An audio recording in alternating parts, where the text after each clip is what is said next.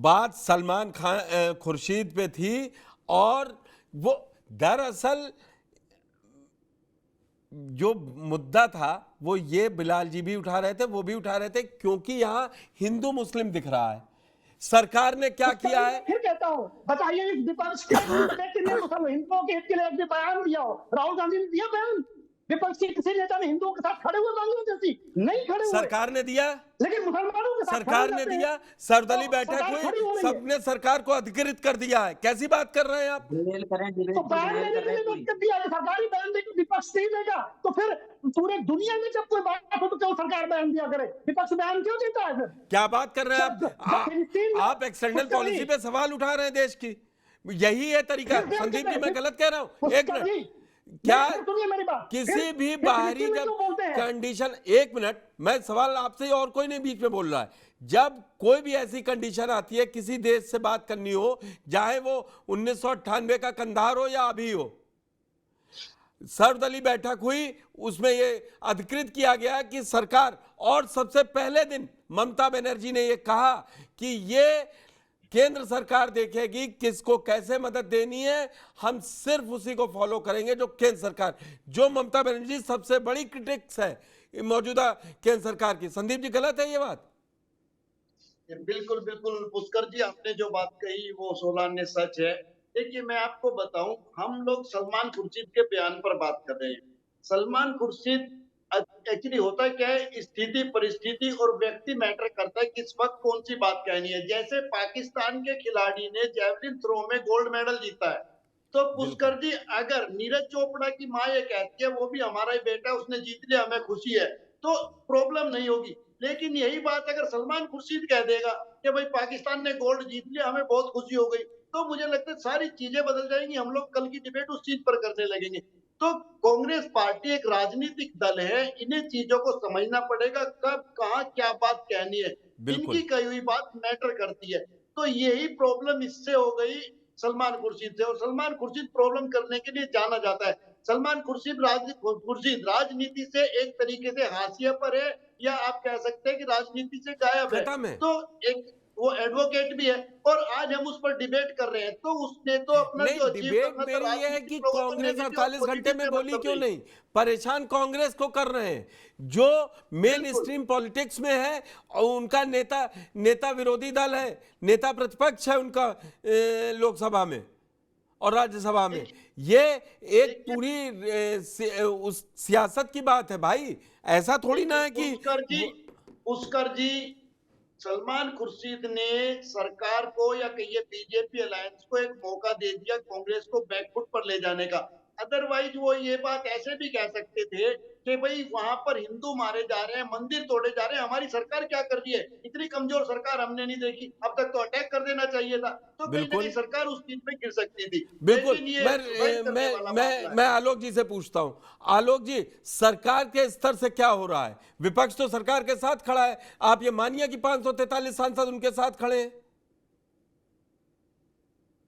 देखिए इस समय सरकार सिर्फ ये कर सकती है कि कूटनीतिक स्तर पर वर्ल्ड वाइड हिंदुओं की रक्षा के लिए सरकार प्रयास, वहां पर हिंदू हमारा भाई सुरक्षित हो। तो फिर क्यों राहुल गांधी पे सवाल है कि राहुल गांधी सवाल बोले? क्यों राहुल गांधी बोले?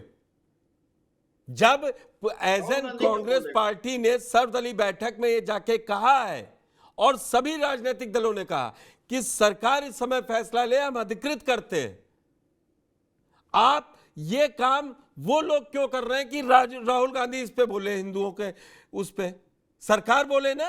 पुष्कर जी फिर फिलिस्तीन के मैटर में भी कोई ना बोले क्यों? इजराइल फिलिस्तीन फिर क्यों बोलता है? क्या बोलता? क्यों आंदोलन होता है फिलिस्तीन को समर्थन को लेकर के? आज भी हुए, एनी राजा ने आज भी किया है, एनी राजा ने आज भी जंतर मंतर पे किया है। दरअसल हम पूरी रिसर्च के फिलिस्तीन पे बोल रहे हैं, तो फिलिस्तीन पे सरकार ने सर्वदलीय बैठक नहीं बुलाई ना, सरकार ने अपना स्टैंड पीछे किया ना। इजराइल पे पहले 2 दिन तो बोली, फिर उसके बाद फिलिस्तीन नहीं हमारा दोस्त है कहना पड़ा इसी सरकार को, कि नहीं कहना पड़ा कि हमारे इजराइल? बिल्कुल कहना पड़ा। लेकिन मैं सिर्फ ये कहता हूं फिर कि जब भी सिर्फ भारत के ये कुछ हिंदू ताकतों की जो बात है, वो आप जैसा समझदार राजनीतिक विश्लेषक अगर ये बात कहेगा तो फिर दूसरा सवाल उठाएगा। बिलाल खान बोलिए, बोलिए बिलाल जी। बड़ी शांति अपने दौर का ये सुना है अंदर डिबेट आप कर रहे हैं जो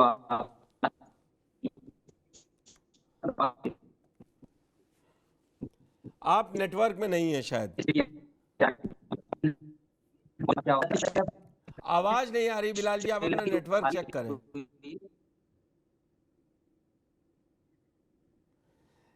आलोक जी, इस बात को हम लोगों को समझना पड़ेगा। अगर बिलाल जी आते हैं तो मैं उनकी बात पूरी करूंगा। बात बहस चर्चा की है। अगर मैं एक तरफा होकर डिबेट कर रहा होता तो मैं आपकी बात मानता। मैंने क्यों, मेरा सवाल ही डिबेट का इसीलिए है, मैंने 48 घंटे बाद इस टॉपिक को क्यों उठाया कि कांग्रेस तो साफ करे। तो कांग्रेस क्यों साफ नहीं कर रही है? क्या डर है उसको? किससे डर रही है जो सलमान खुर्शीद के बयान के साथ खड़ी है कांग्रेस? उनका कहना है वो किसी उसमें है ही नहीं इस समय, ना CWC में है, ना कोई अध्यक्ष है। क्या कांग्रेस के प्राथमिक सदस्य तो हैं, प्राथमिक सदस्य से हटाए फिर उसे। अगर उसके बयान से सहमत नहीं हो, बयान देश विरोधी है, ये देश विरोधी बयान वो है, नहीं बोल रहे हैं। के नाम पे कर रहे हैं। मैं सिद्ध कर सकता हूं कि ये देश विरोधी बयान है सलमान खुर्शीद का, जो कहते हैं कि हमें बोलने की आजादी है। इंडियन कॉन्स्टिट्यूशन का आर्टिकल 19, इंडियन कॉन्स्टिट्यूशन का आर्टिकल 19 4 रीजनेबल रिस्ट्रिक्शन करता है। देश की यूनिटी और इंटीग्रिटी के अगेंस्ट नहीं बोल सकते, मित्र राष्ट्र के अगेंस्ट नहीं बोल सकते। सलमान खुर्शीद ने देश की यूनिटी और इंटीग्रिटी और मित्र राष्ट्र दोनों की बातों का उल्लंघन किया आर्टिकल 19 का। कैसे, क्या उल्लंघन किया, जरा मुझे समझा दीजिए। उनके बयान में क्या उल्लंघन है? देश वो को एक, तोड़ने की बात की है उन्होंने। अगर पत्रकार देश को उनसे केंद्र पूछ में रहे अंदर हैं, की बात की है। अगर वो कह रहे हैं, अगर वो आगाह कर रहे हैं, बात करना उचित नहीं है तो क्या है? देश के अंदर विद्रोह कराने की बात करना ये देशद्रोह नहीं तो क्या है? तो सरकार क्यों आप देश के अंदर विद्रोह की समर्थन करते हैं। सरकार क्यों नहीं मुकदमा दर्ज करवा रही है? तो समझिए, क्या आप समझ रहे हैं सरकार काबिल नहीं? भारत सरकार को समझ नहीं है। सरकार क्यों डर रही है? ये हाँ? सरकार जाने की सरकार क्यों डर रही है? सरकार को उसके ऊपर देशद्रोह का मुकदमा चलाना चाहिए। चलवाइए। देश के अंदर रिटर्न करने की बात की है। सलमान खुर्शीद का बयान है, पॉलिटिकल बयान नहीं है, ये सोचा समझी रणनीति है। अगर बांग्लादेश जैसा विद्रोह भारत में होगा तो ये क्या कहना चाहते हैं? क्या इस देश की मेजोरिटी माइनॉरिटी पर हमला करते? वो ये कहना चाहते हैं अगर सरकार बदलेगी तो हमले भी होंगे। ये तो सोचिए कि आपने देश एक को अलग ही चलाने की परिभाषा बात लोग कर जी रहे दे हैं। दी है। आपने ये एक मैं तो अलग ही 5 परिभाषा दे दी है उनके।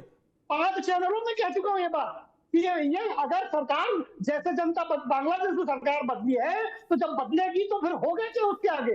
अग्नि अगर बांग्लादेश में लगी है तो अग्नि भारत में भी तो लगेगी। बांग्लादेश जैसा सब होगा ना, फिर ये थोड़ा होगा कि मुझे लग रहा है कि आपको जो समझ में आ रहा है वही समझ। जी संदीप जी। पुष्कर जी, मैं ये कहना चाहता हूँ, जैसे आप एक कॉलोनी में रहते हैं और वो कॉलोनी में एक तरफ आपके पाकिस्तान है, एक तरफ बांग्लादेश, आप मान लीजिए 2 घर हैं। एक बार सत्ता परिवर्तन इसी तरीके से आपने देखा जब पाकिस्तान में हुआ, उनके आर्मी चीफ आके मुशर्रफ साहब बन गए, कब्जा कर लिया। अभी इसी तरीके से बांग्लादेश में हुआ। अगर आपकी कॉलोनी के 2 घरों में डकैती पड़ जाए बराबर में, आप अपने घर में अलर्ट होंगे या नहीं होंगे? आप ऐसी बातें करेंगे, भाई होशियार रहना पड़ेगा।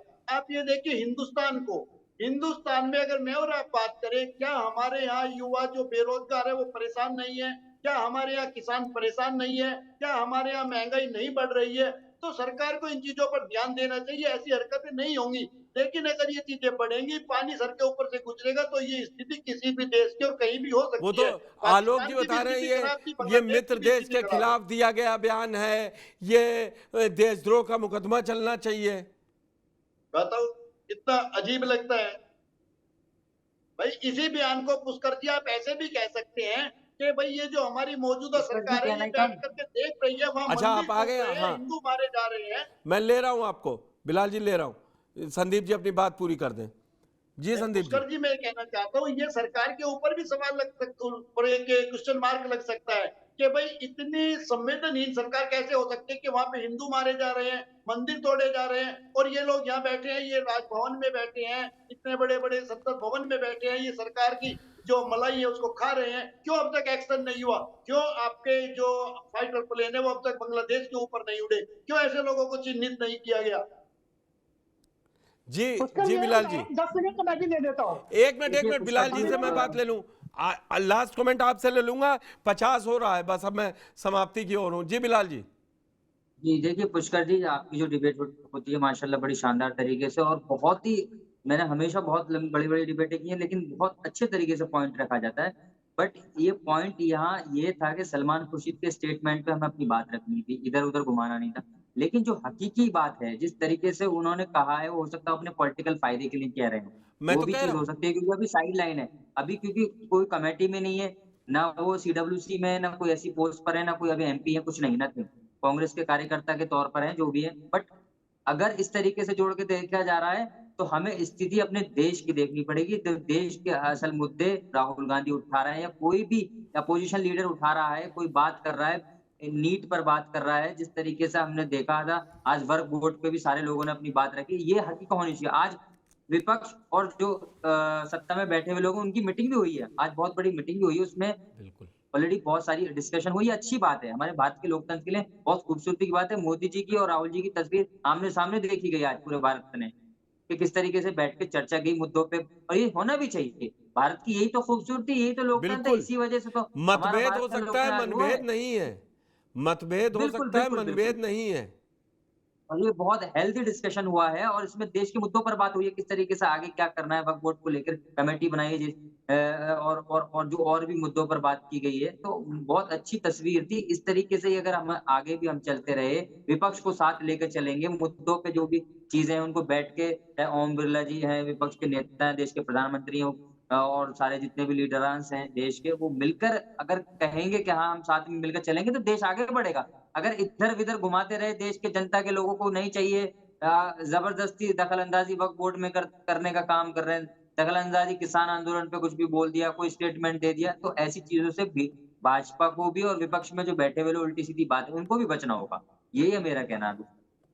जी जी जी आलोक जी, अब आप बोलिए। जैसे मेरे भाई ने एक उदाहरण दिया था कि एक घर में डकैती पड़ी हो, दूसरे घर में पड़ी हो। एक उदाहरण और भी है कि अगर बगल के घर में आग लगी तो अपने घर में पेट्रोल नहीं खोलते हैं, पानी की बॉटल रखते हैं, पानी की बाल्टी रखते हैं। सलमान खुर्शीद का बयान ये आ- पेट्रोल है। मैं कंडेम करता हूं इस बात को। सलमान खुर्शीद ने किया, अगर पड़ोस में आग लगी तो अपने घर में पेट्रोल क्यों लाओगे? पेट्रोल रखोगे बॉर्डर में या बाल्टी पानी रखोगे? क्या करोगे? ये सलमान खुर्शीद को तय करना है। और अगर सलमान खुर्शीद की कोई हैसियत नहीं है तो हम लोग ये टीवी में बात क्यों कर रहे हैं? अगर सलमान बिल्कुल खुर्शीद बिल्कुल हैसियत क्यों पॉलिटिकली नहीं है? किनारे हैं, इंडियन इस्लामिक सेंटर के प्रेसिडेंट का चुनाव लड़ रहे हैं, वो पूर्व कानून और मंत्री चुनाव रहे, वो छोड़िए, राज्यसभा धंधा मेंबर रहे, वो कैबिनेट लोकसभा मेंबर रहे, और वो विदेश राज्य मंत्री रहे। कहावत कहता हूं, एक कहावत मैंने सुनी कि जो राहुल गांधी मन में सोचते हैं सलमान खुर्शीद के जबान में आ जाता है, इतने करीबी है राहुल गांधी के। ये मैंने आपकी ही मीडिया में सुनी है, आपके ही चैनल में।